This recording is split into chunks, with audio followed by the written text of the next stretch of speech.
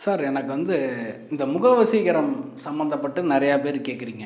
இந்த முகவசீகரம் அப்படின்றது முகம் அப்படின்னு சொல்லக்கூடியது 2ஆம் பாவகம் அப்படின்றத தான் சொல்கிறோம். அப்போ இந்த முகவசீகரம் ஏற்படுறதுக்கு நீங்கள் என்ன செய்யலாம் அப்படிங்கிறது முக்கியமான விஷயம்.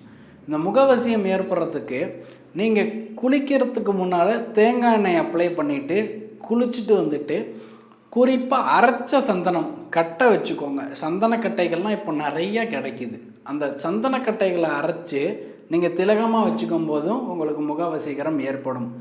அப்படி இல்லை, இதெல்லாம் செஞ்சு பார்த்துட்டு நான் அரைச்ச சந்தனம் தான் வைக்கிறேன், எனக்கு முகவசீகரமே இல்லை அப்படின்னு நினைக்கக்கூடியவங்க என்ன செய்யலாம் அப்படின்றத பார்க்கும்போது, ஒரு வியாழக்கிழமை காப்பர் பவுல் எடுத்துக்கோங்க. இந்த காப்பர் பவுலில் ஒரு கைப்பிடி ஃபுல்லாக துளசி எடுத்துக்கோங்க. இந்த துளசியை ஊற போட்டுட்டு இந்த காப்பர் பவுலில் வெள்ளிக்கிழமை காலையில் ப்ரஷ் பண்ணிவிட்டு அந்த தண்ணியை நல்லா ஃபில்ட்ரு பண்ணி வாயை கொப்புளிச்சுட்டு அந்த தண்ணியை தொடர்ந்து ஃபேஸ் வாஷ் பண்ணிகிட்டே வாங்க. இது வியாழக்கிழமை அந்த துளசி தீர்த்தத்தை ஊற வச்சுட்டு வெள்ளிக்கிழமை ஃபேஸ் வாஷ் பண்ணும்போது உங்களுக்கு கண்டிப்பாக முகவசீகரம் ஏற்படும்.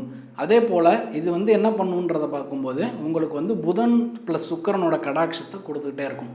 குறிப்பாக சினிமா துறையில் உள்ளவங்க மாதிரி என்னோடய ஃபேஸ் தெரியணும் அப்படின்றத பார்த்தோம்னா தொடர்ந்து இந்த பரிகாரத்தை, அதாவது நான் சொன்னக்கூடிய இந்த மெத்தடை செஞ்சுட்டு வாங்க. மூலிகைகளுக்கு நிறைய சக்திகள் உண்டு. ஸோ துளசின்றது ஒரு மிக முக்கியமான மூலிகை. இதை நீங்கள் பயன்படுத்திட்டு வரும்போது உங்களுக்கு நல்லாயிருக்கும். குறிப்பாக ஜோதிடர்கள் வாக்குப்பளிதம் வேணும்னு நிறைய பேர் நினைக்கிறீங்க. இந்த மெத்தடை செஞ்சு பாருங்கள், உங்களுக்கு சூப்பராக வாக்குப்பளிதம் அப்படின்றது க்ரியேட் ஆகும். நன்றி, வணக்கம்.